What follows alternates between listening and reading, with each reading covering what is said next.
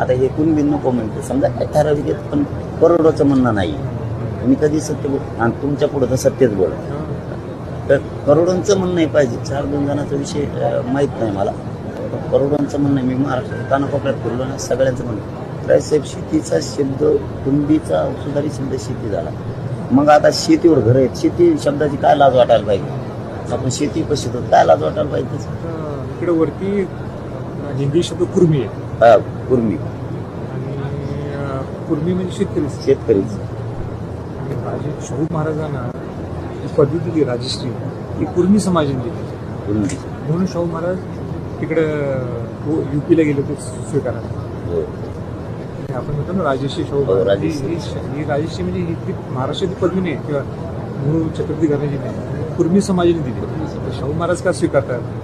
कुर्मी म्हणजे आपला भाऊबंदच स्वीकारलं नाही तर शाहू महाराज स्वीकारलंच नसतं.